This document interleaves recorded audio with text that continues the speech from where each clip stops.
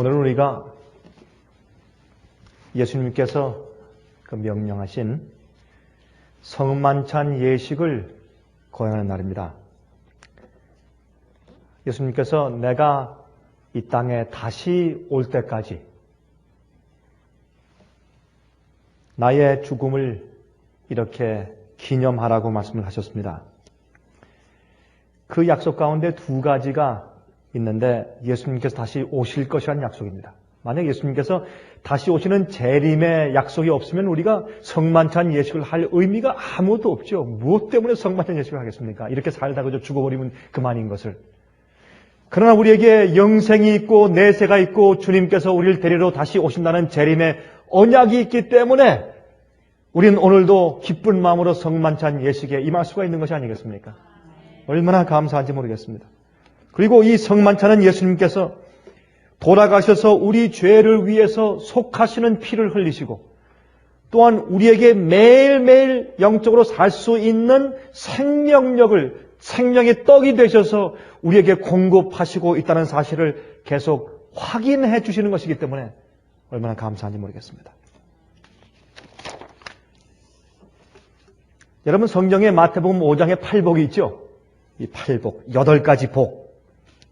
그래서 제일 처음에 시작할 때 심령이 가난한 자는 복이 있나니 천국이 저희 것이며 라고 이제 팔복을 시작하셨습니다.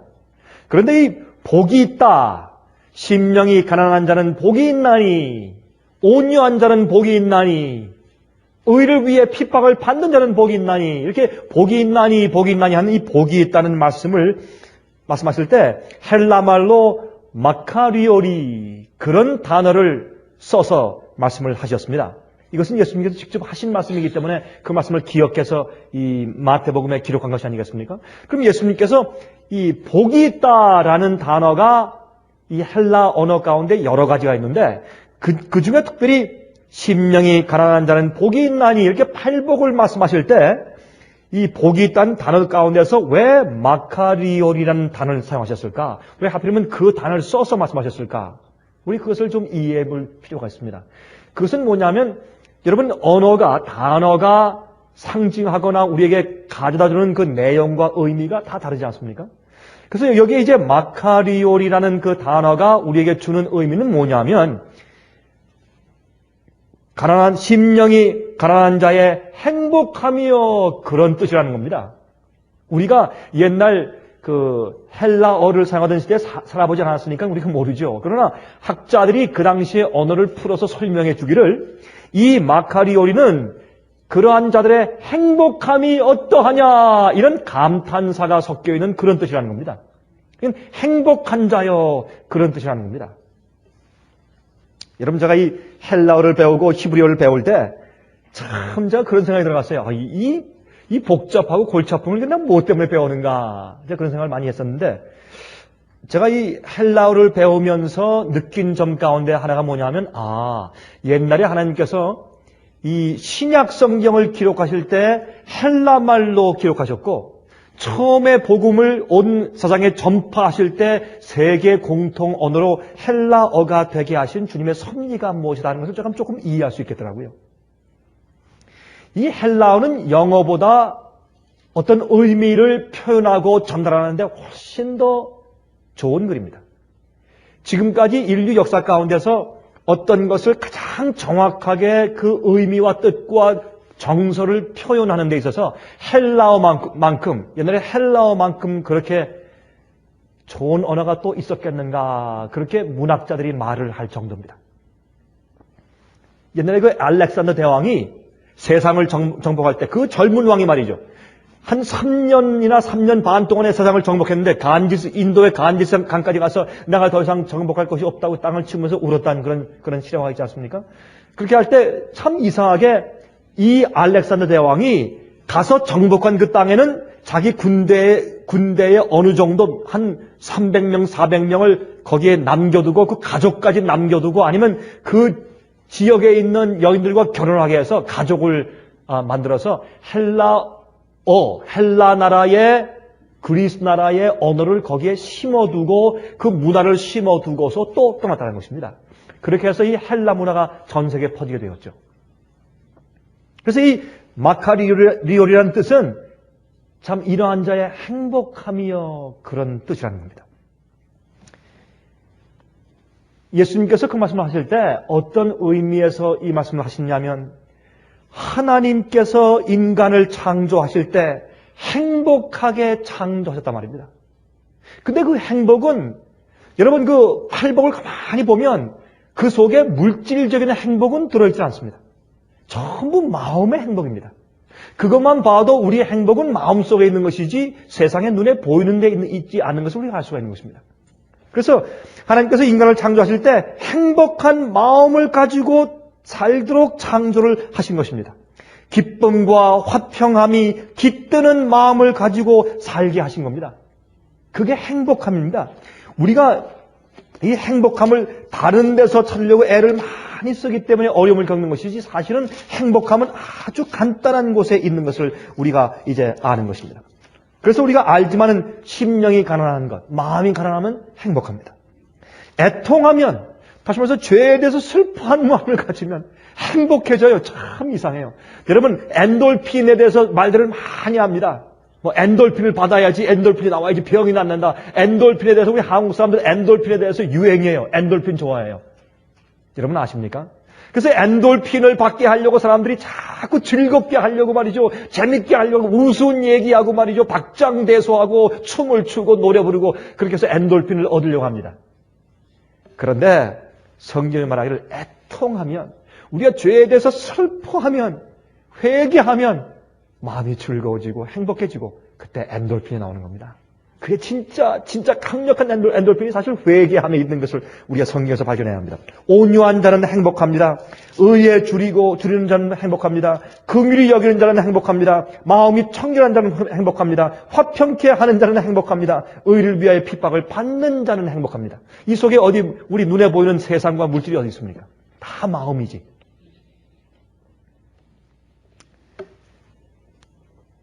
그래서 인간은 말이죠, 행복하지 못하면 병이 납니다.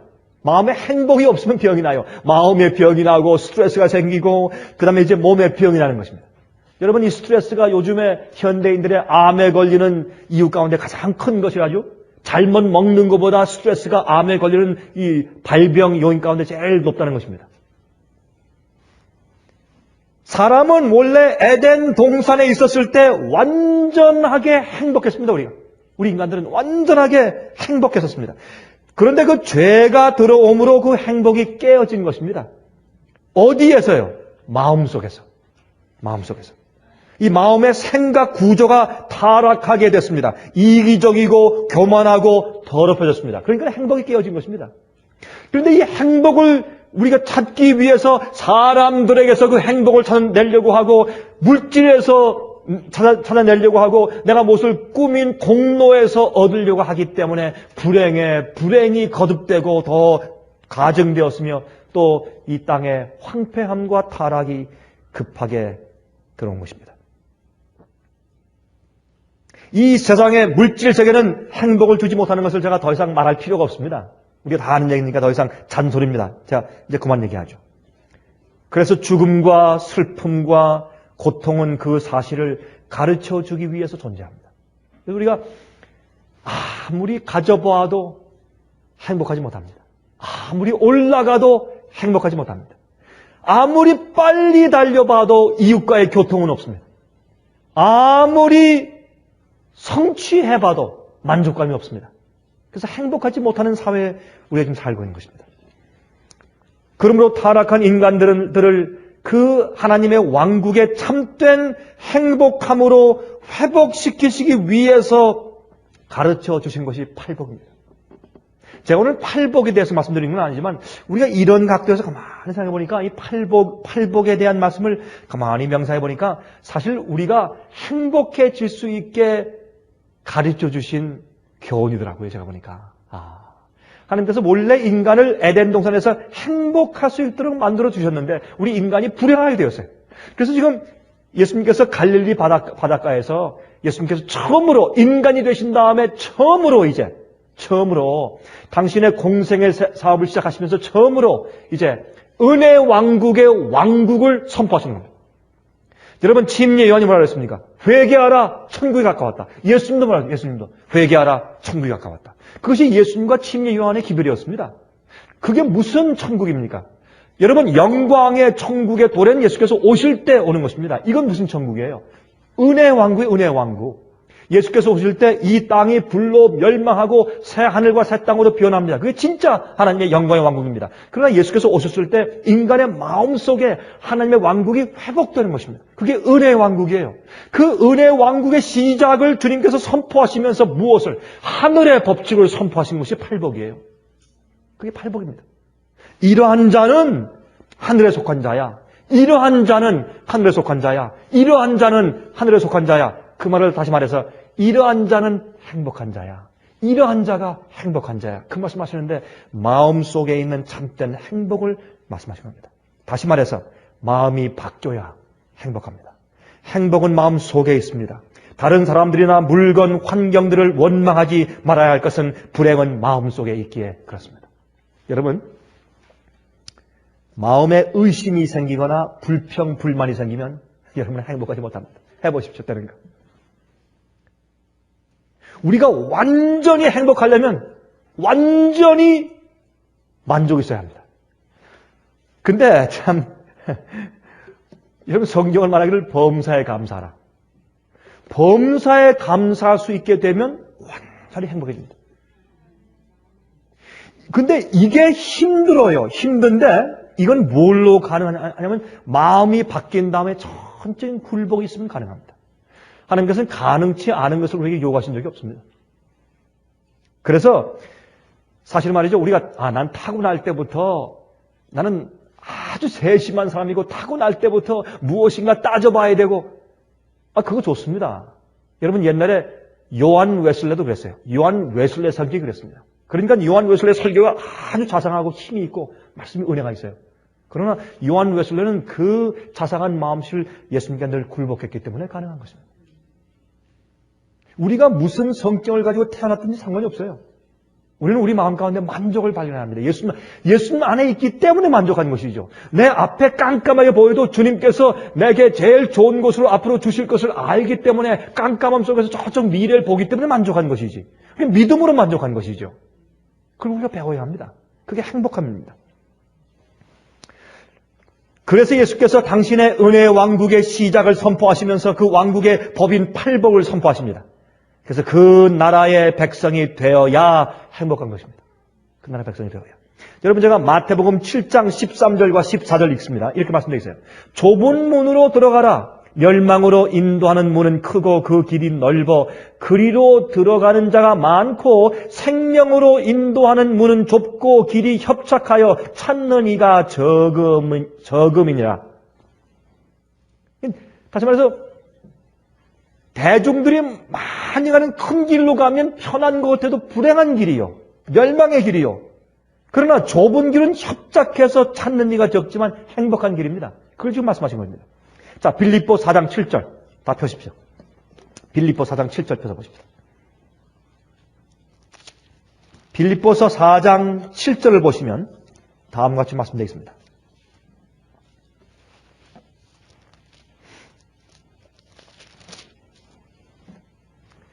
그러므로 모든 지각에 뛰어난 하나님의 평강이 그리스도 예수 안에서 너희 어디와 마음과 또 무엇을요? 생각을 지키시리라. 우리 마음이 아무리 번뇌하고 어려울지라도 하나님의 우리 인간의 생각, 지각에 뛰어난 하나님의 평강이 그리스도 예수 안에서 우리 마음과 생각을 지켜주시면 우리가 평안한 것입니다. 그게 진정한 행복입니다. 그게 행복입니다. 우리의 구원은 어떤 의미에서 우리의 마음들을 원래 그 행복했던 에덴 동산의 시절로 돌이키는 것이 구원입니다. 그래서 그 죄 없던 시절의 마음으로 회복시켜 주시는 사업이 구원입니다. 지금 구원받은 사람이 행복해야죠. 아니, 행복하지 않은 사람이 무슨 구원받은 것입니까? 행복해야 합니다. 근데 행복을 어디에서 찾느냐 하면 그리스도 안에서 하나님의 평화가 깃들 때 행복이 있는 겁니다.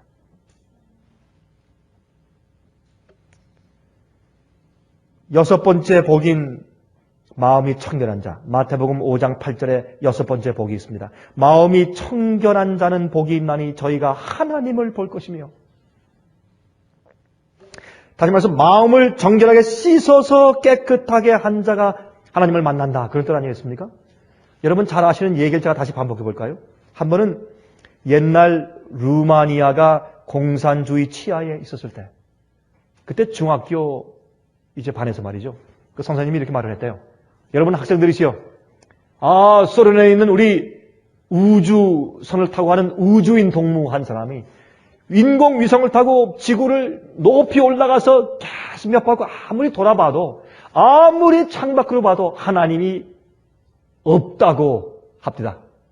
그러므로 사실은 여러분 유물사관 아니에요? 눈에 보이지 않는 건 믿지 않는 것입니다. 그러므로 아무리 봐도 없으니 사실은 하늘에 올라가도 찾아보니 사실은 눈에 보이는 하늘에 별들이 있을 뿐 사실은 하나님은 없습니다. 그렇게 강의했어요. 그러니까 저 뒤에 앉아있던 한 중학교 여학생 아이가 손을 들더니 참 단순하죠. 이렇게 질문했다는 겁니다. 선생님, 질문이 있습니다. 무슨 질문인가? 그 우주 비행사의 마음이 청결했나요? 그게 무슨 말인가? 우리 어머님이 그러시는데요. 성경에 말씀하기를 마음이 청결한 자는 하나님을 볼 수 있다고 그랬다는데요. 그 다음날 그 여학생과 그 가정은 더 이상 그 동네에서 보이지 않았다고 합니다. 참 그렇습니다. 마음이 행복한 자가 마음을 정결하게 씻어서 죄가 씻기운 자가 하나님을 뵐 수가 있는 것입니다. 보이지 않는 하나님을 볼 수가 있는 것입니다. 히브리 10장 1절부터 10절까지 제가 읽겠습니다. 우리 다 같이 펴서 보십시다. 히브리서 10장입니다. 히브리서 10장 1절부터 10절까지 있는 말씀을 읽겠습니다. 여러분 히브리서 10장은요. 여기 있는 말씀은 대속죄일에 대한 말씀을 지금 설명하시는 겁니다. 근데 이렇게 말씀하셨어요. 한번 들어보십시오. 율법은 장차오는 좋은 일의 그림자요. 여러분 율법이란 단어를 쓸 때 성경 가운데서 어떤 때는 십계명을 율법이라고 한 적도 있고 아니면 구약 성경 전체를 율법이라고 그렇게 말한 적도 있고 아니면 어떤 때 성소 제도를 율법이라고 한 적도 있고 아니면 그 유대인들의 레위인들의 절기 지키는 것을 율법이라고 일컬은 적도 있습니다. 그러나 이제 이 옛날에 지키던 옛 언약의 모든 것들을 율법이라고 설명하는 것이죠. 그래서 율법은 장차 오는 좋은 일의 그림자요. 특별히 이 율법은 성소 제도에서 특별히 이제 대속죄일에 이 죄를 사하는 제사를 드리는 그것을 상징했습니다. 참 형상이 아니므로 해마다 늘 드리는 바 같은 제사로는 여기 나오지 않습니까? 해마다 yearly offering입니다.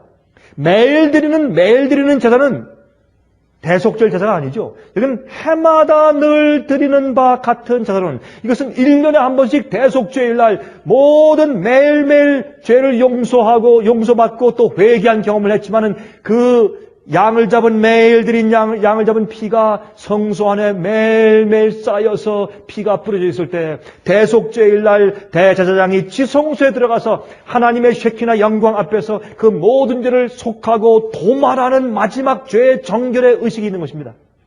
그 대속죄일 날 매년마다 대속죄일 날 제사로 드리는 그것으로는 나오는 자들을 언제든지 온전케 할 수 없느니라. 이게 무슨 말입니까?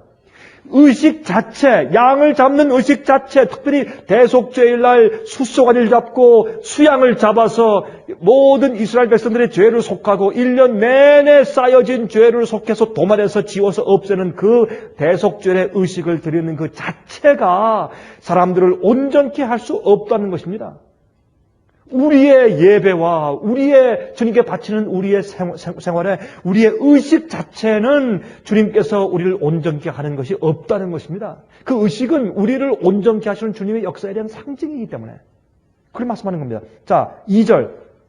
그렇지 아니하면 섬기는 자들이 단번에 정결케 되어 다시 죄를 깨닫는 일이 없으리니 어찌 드리는 일을 그치지 아니하였으리요. 다시 말해서 대속죄의 제사 한번 드렸으면 죄를 위한 제사를 그쳐버리고 더 이상 드리지 말아야죠. 왜 또 드리냐 말입니다.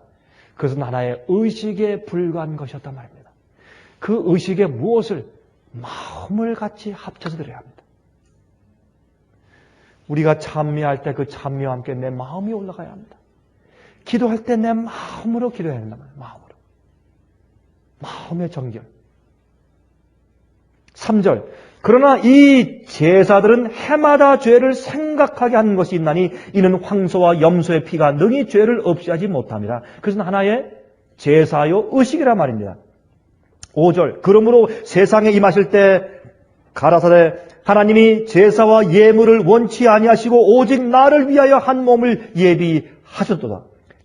전체로 번제함과 속죄제는 기뻐하지 아니하시나니 이에 내가 말하기를 하나님이여 보시옵소서 두루마리 책에 나를 가리켜 기록한 것과 같이 하나님의 뜻을 행하러 왔나이다 하시니라.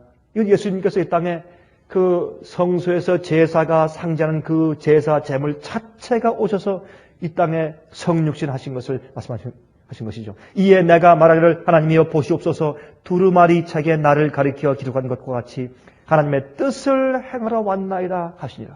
아무리 성소 제도의 봉사 제도 의식 제사가 수백 번, 수천 번, 만 번, 백만 번, 천만 번 이루어졌다고 할지라도 예수님께서 그 상징이 대표하는 실체가 되셔서 이 땅에 오시는 그 한 번의 일이 없으면 아무 소용이 없지 않겠습니까?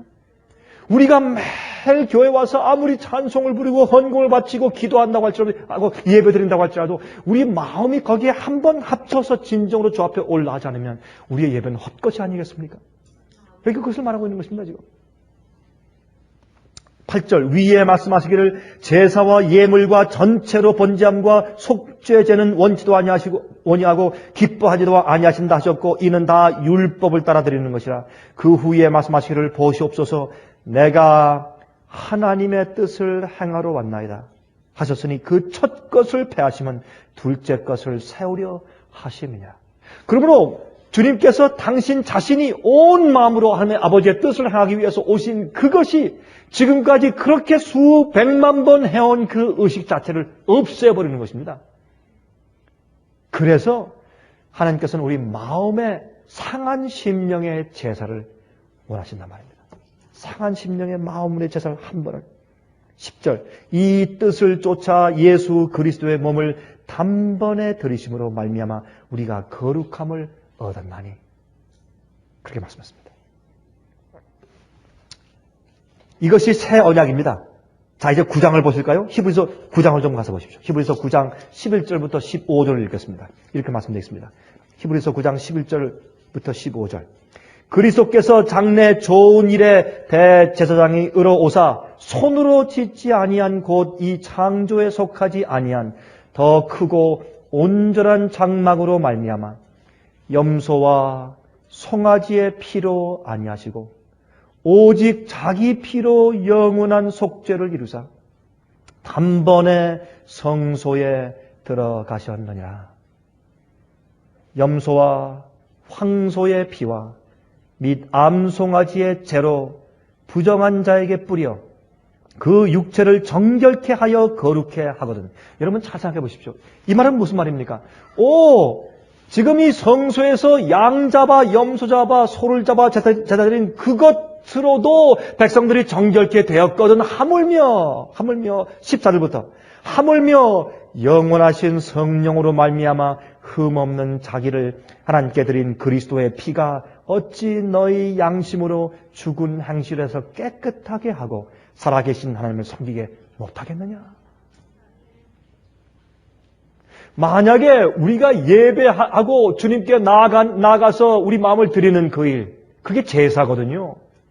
예수님께서 하늘 성소에서 우리를 위해서 중보하시고 기도하는 그것이 사실은 제사거든요. 그것이 하늘 성소에서 예수님께서 하시는 그 일이 이 땅에서 유대인들과 이스라엘 백성들이 2000년 이상 해오던 그 일을 대치한 것이거든요. 예? 그러면 이스라엘 백성들이 유대인들이 또 성소에 들어가서 그들이 양잡아 제사할 때 이런 동물들의 피가 그들의 마음을 정결케 하는 것을 그들이 믿었을 때 그들의 마음이 정결케 되었습니다. 믿음으로 미리 예수께서 앞으로 흘리실 그 피가 미리 그들에게 적용되어서 그들은 정결케 되는 경험을 했어요, 믿음으로. 근데 그것을 대체해서 예수님께서 하늘 지성소에서 지금 우리를 위해서 성소 봉사를 하고 계신데, 그 예수님의 피가 말이죠. 동물의 피로 그렇게 했다면 예수님의 피가 우리의 양심을 깨끗하게 씻어서 정결케 하지 못하면 이게 어떻게 된 노릇이냐 말입니다. 옛날 유대인들이 성소에 가서 양을 잡아 제사할 때, 어떻게 했습니까? 내가 죄를 지면 괜찮아. 내 집 뒤뜰에 가면 양들 20마리, 30마리 있어. 그것도 한 마리 잡으면 되지. 이렇게 해서 성소를 도살장으로 바꿔 놓았단 말입니다. 우리가 마음으로 정말 예수 그리스도의 돌아가심과 부활을 진심으로 이해하고 감사한 마음으로 우리가 주 앞에 마음을 드리고 주님의 영을, 주의 성령을 받아들이지 않으면 옛날 성소를 도살장으로 만든 사람들이나 교회에 와서 아무런 마음의 변화가 없이 그냥 예배하고 주님에 대한 어떤 성소 봉사의 제도를 상징으로만 이해하는 사람들은 교회 안을 도살장으로 만드는 것입니다. 십자가를 가지고 똑같은 것입니다. 그러므로 15절 이를 인하여 그는 새 언약의 중보니 이는 첫 언약 때 범한 죄를 속하려고 주고사 부르심을 입은 자로 하여금 영원한 기업의 약속을 얻게 하려 하심이라 그랬습니다. 다시 읽읍시다. 14절 하물며 영원하신 성령으로 말미암아 흠없는 자기를 하나님께 드린 그리스도의 피가 어찌 너희 양심으로 죽은 행실에서 깨끗하게 하고 살아계신 하나님을 섬기게 못하겠느냐. 예수의 피가 우리 양심을 깨끗이 씻어서 하나님을 올바로 섬기게 도대체 못해주겠느냐 그 말이에요. 예? 그거 못하면 너희가 교회에 뭐하러 와 있느냐 그런 말입니다. 이 말씀은 그러면 너희가 제사를 왜 드렸느냐? 만약 이렇게 못한다면 너희가 주님을 왜 믿으며 왜 교회에서 참여하고 왜 기도하느냐? 옛날에 너희가 양 잡아 염소 잡아 숫소가지 잡아 예배드릴 때 그것이 너희의 죄를 깨끗하게 하고 너희 마음을 정결케 할 수 있다고 믿었으면 하늘에 계신 예수님의 당신의 피를 가지고 하시는 성소 봉사가 지금 우리의 양심을 깨끗이 씻어서 우리가 어떤 양심을 가지고 태어났든지 무딘 양심이든지 예민한 양심이든지 고약한 양심이든지 우리 마음이 죄로 과거에 많이 더럽혀져서 뒤틀어진 양심을 가지든지 지금 예수님의 피의 보혈의 은혜를 믿고 나아갈 때 우리 양심을 정결케 씻어서 하나님을 올바로 섬기게 못하겠느냐? 여러분 가만히 있을 수 있어요? 아니 너희의 양심으로 죽은 행실에서 깨끗하게 하고 살아계신 하나님을 섬기게 못하겠느냐? 그랬어요. 여러분 못합니까? 그래서 여러분 사실은 하나님께서 우리 마음을 정결케 하실 때 정결케 된 마음으로 주 앞에 예배할 때 우리는 우리 마음이 완전히 행복하면서 주님을 올바로 예배할 수 있는 사람들로 변하는 것입니다. 그것이 예배입니다. 그것이 예배입니다. 오늘은 우리가 그 예배를 하는 날입니다. 여러분 성만찬 예식은 하나님께서 우리에게 왜 주셨습니까? 성만찬 예식은 내가 다시 이 땅에 올 때까지 내가 너희를 위해서 죽은 것과 부활한 것을 기념해라. 이 떡은 내가 너에게 주는 살이야. 이 포도즙은 내가 너에게 주는 피다. 그 예수님의 죽음과 부활을 예수님의 피 흘리심을 나를 위해 하신 것으로 진심으로 받아들이며 그것이 내 양심을 씻는 것입니다. 내 양심을 정결케 해서 올바른 태도를 가지고 주님을 섬기게 만드는 것입니다. 여러분 그런데요. 우리가 많은 경우에 육신적인 본성을 가지고 하나님의 법을 순종하려고 했어요. 그렇죠? 왜요? 마음의 정결을 통해서 마음이 씻어지고 양심이 씻어지면 자연히 주님을 올바르게 섬길 수 있고 순종할 수 있게 돼요. 자연히. 이게 믿음으로 말미암는 의예요. 그런데 사람들이 이것 안 하고 저것 안 하는 힘으로 그런 힘으로 하려고 합니다. 그건 안 되는 것입니다. 아무리 해봐야. 외부적인 열매들은 우리 마음의 내적인 우리 마음의 상태를 그저 나타내 보여주는 것 뿐이지 우리의 열매를 우리가 잘라버릴 수가 없습니다. 여러분 제가 아무리 봐도 그건 정말 여러분 전 목사로 복음을 전하고 사람들에게 복음을 이해하고 구원받는 도리를 가르치는 사람 아닙니까? 제가 이것을 참 여러 수십 년 해왔습니다. 아무리 해보고 생각해봐도 정말로 외부적인 열매들은 우리 내 마음속에 있는 것을 나타내는 것뿐이지. 그래서는 안 되는 것입니다. 우리가 외부적인 열매를 바꿀 수가 없습니다. 우리 가끔 이런 생각을 하죠. 우리가 알고 있는 모든 의무를 행하지 않는 것은 뭐다? 죄다. 우리 그렇게 믿습니까? 안 믿습니까? 그것 때문에 마음에 부담이 많아요. 우리가 알고 있는 모든 의무를 행하지 않는 것은 죄다. 예? 그래가지고 말이죠. 많은 사람이 바리새인데요. 여러분 한번 잘 들어보세요. 이래서 유대인들은 말이죠. 마음속에 있는 죄를 다스리기 위해서요. 많은 법들을 만들어 놓았어요. 법들을. 자기 마음속에 있는 내적인 죄를, 자기 마음속에 있는 양심을 다스리기 위해서 많은 법들을 만들어 놓았어요. 의무들을 만들어 놓았단 말이에요. 교회 안에. 예를 들어서 다 지키기에 불가능하게 만들어 놓았어요. 그건 다 지키기에 불가능해요. 예를 들어 볼까요? 유대인들이 그 당시에 지키는 안식일을 지키는 것은 불가능했어요. 안식을 지키는 의무의 법들을 꽉 만들어놔서 불가능했어요. 지나가다가 풀에 침 뱉어도 안 되고, 예? 안식일에 5리 이상 걸어가도 안 되고, 이런 의무를 만들어 놓아서 사람들이 지키기에 불가능하게 만들어 놓았습니다. 여러분 아십니까? 먹는 것도 말이죠. 먹을 때 말이죠. 손발 안 먹지 못해. 그걸 뭐라 합니까? 결례를, ritual of purification. 정결케 하는 예시라 해서 결례라고 했어요. 여러분, 그것뿐만 아니고 먹고 마시는데 뭐 이방인과 같이 앉아서 먹으면 안 되고, 뭐가 들어가면 안 되고, 사람들이 먹고 마시는데 도무지 그대로 지키기가 불가능하게 딱 만들어 놨어요. 틀에 짜놨어요. 이렇게 사람들이 영적으로 죽어가고 있었습니다. 오늘도 마찬가지예요. 우리 마음을 씻고 예수님께 마음이 새로워지지 않으면 순종은 불가능한 것입니다. 이거 안 하고 저거 안 한다고 되는 게 아닙니다. 마음으로 그거 하고 싶어져야 합니다. 주님 오늘 내게 새로운 마음을 달라고 요구해야 합니다. 주님 새로운 의의 정신과 의의 소원을 달라고 기도해서 받아야 합니다. 주의 계명이 좋아져야 합니다. 주께서 말씀하신 것이 감사해져야 합니다. 내가 할 때 의무적으로 억지로 하는 마음이 생기면 주 앞에 즉시로 기도하십시오. 주님, 내 마음 가운데 주님의 뜻을 사랑하는 마음을 달라고 기도하셔야 합니다. 그것을 위해서 마음이 항상 씻어져야 합니다. 얼마나 많은 그리스도인들이 이렇게 하지 않고 큰 바리새인처럼 부담의 짐을 지고 사는지 모릅니다. 여러분, 그래서 어떻게 했습니까? 밀밭에서 예수님의 12 제자들이 안식일에 지나가다가 배고프니까 밀을 옛날 우리 한국도 그렇죠. 밀을 이렇게 쭉 가면 쭉 올라와서 손에 확 비벼가지고, 이렇게 먹고 있었습니다. 그러니까 바리새인들이 책을 잡으려고 탁 따라다니다가 탁 보고 나서, 안식을 범했다. 그렇지 않습니까? 그때 예수께서 뭐라고 하셨습니까? 참, 이 사람들아, 참 답답하네. 당신들의 양과 염소가 안식일에 구렁텅이에 빠졌으면 너희가 그거 건지지 않겠느냐? 여러분, 예수님께서 왜 그 말씀하셨어요? 예수님께서 안식일날 병자를 고쳤어요. 고치신 다음에 어떻게 했어요?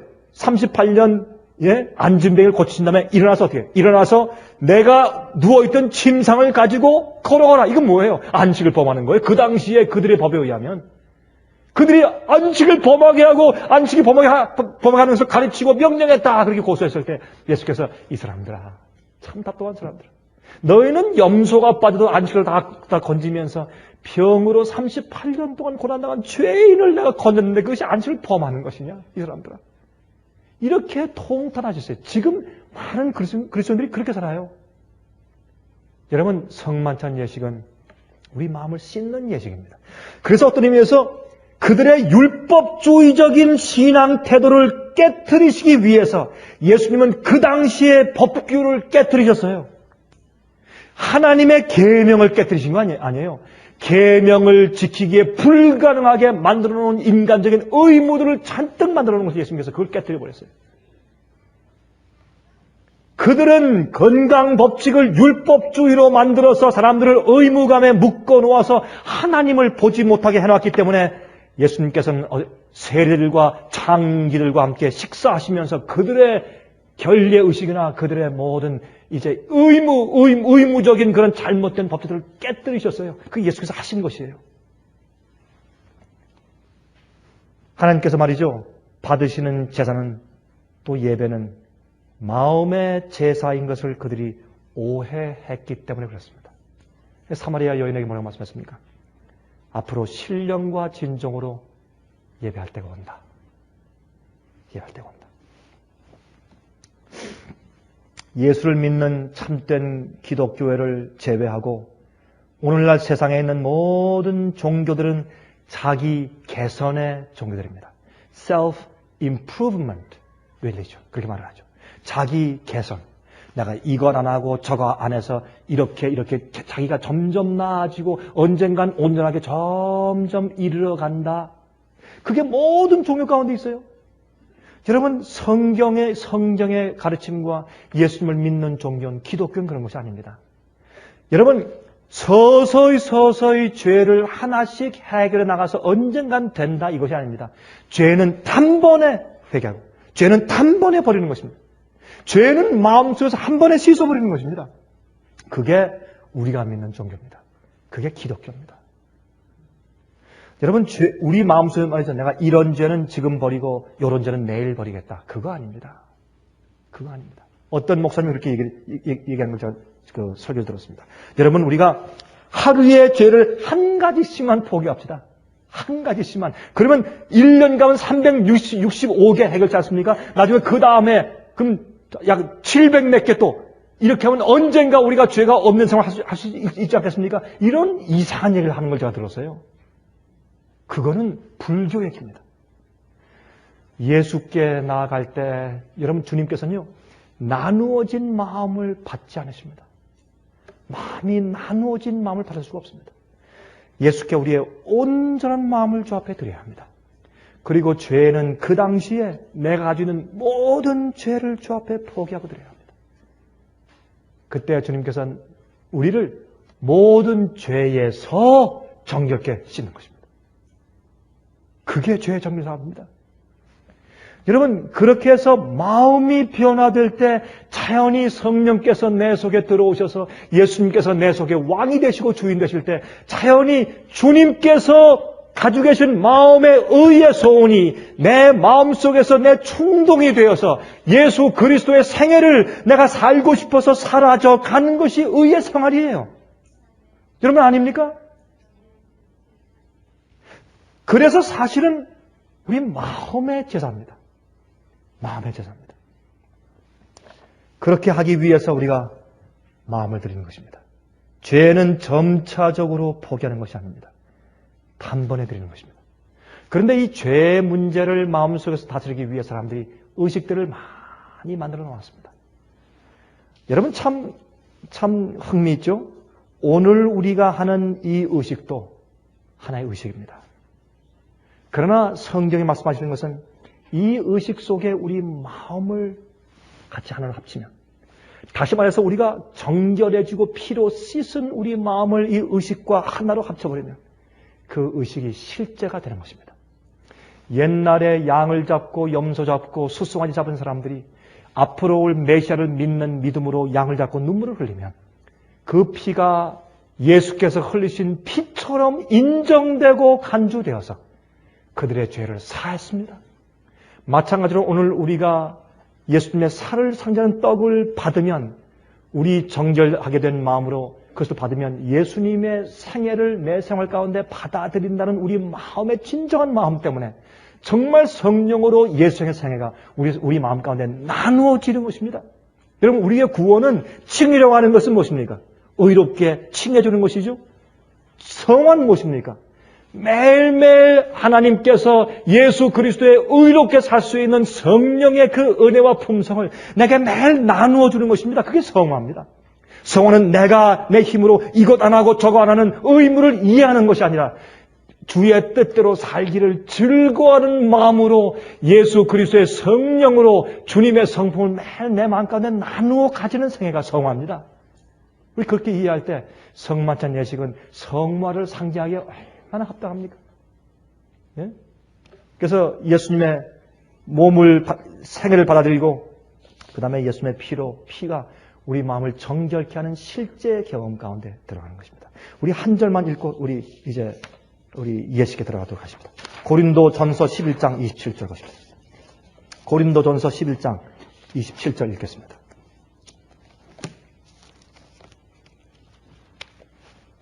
고린도전서 11장 27절.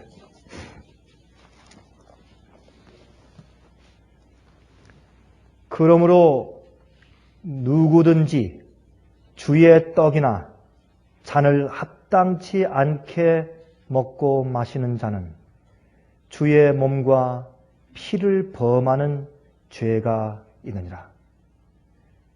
28절. 사람이 자기를 어떻게 하고요?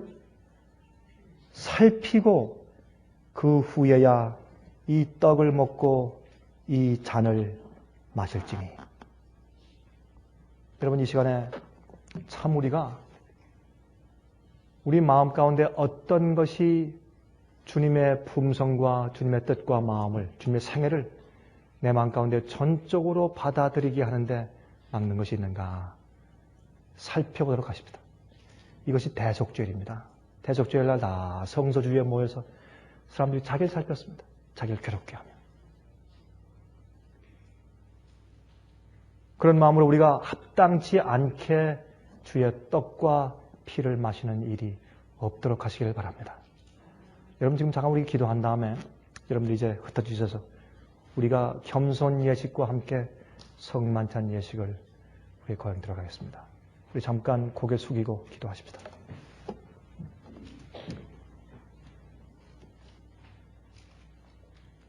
하늘에 계신 우리 아버지,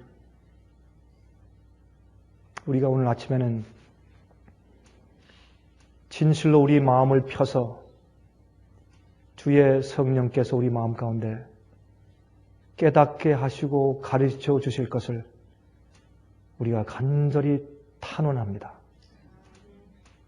우리 마음속에 오셔서 우리 마음을 비춰서 보여주시고 우리가 형식적이 아니고 주님을 정말 우리 마음 가운데 오셔서 사시도록 영접하는데 어떠한 거침돌들이 있는지 보여주시기를 기도합니다.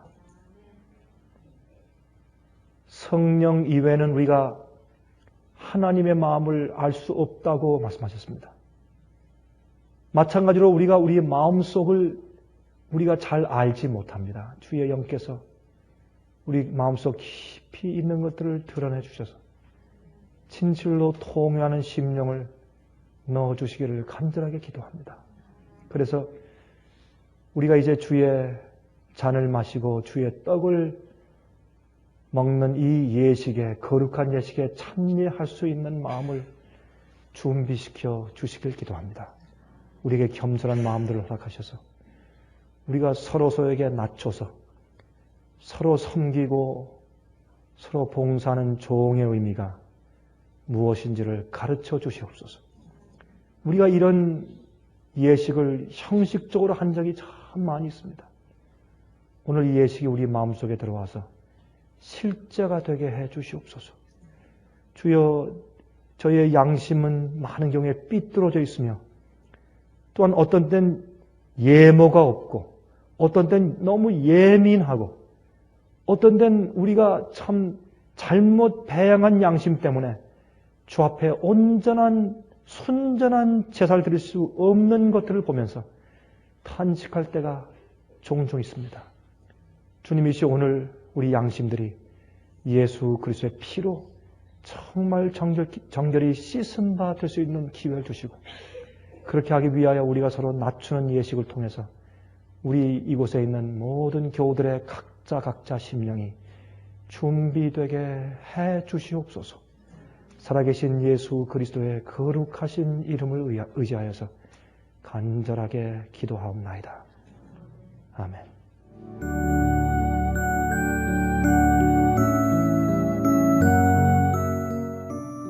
예수님의 재림이 가까워오고 있습니다. 지금은 영원한 하늘을 위해 준비해야 될 때입니다. 머지않아 우리의 재물은 아무 쓸모없는 것이 되고 말 것입니다. 하나님께 은혜를 받으셨다면 받으신 축복을 생애의 빛 복음 사업을 위해서 나누지 않으시렵니까? 헌신하시는 성도님들의 손길에 하나님께서 후히 갚아주실 것입니다. 후원해 주시는 모든 성도님들께 감사드립니다.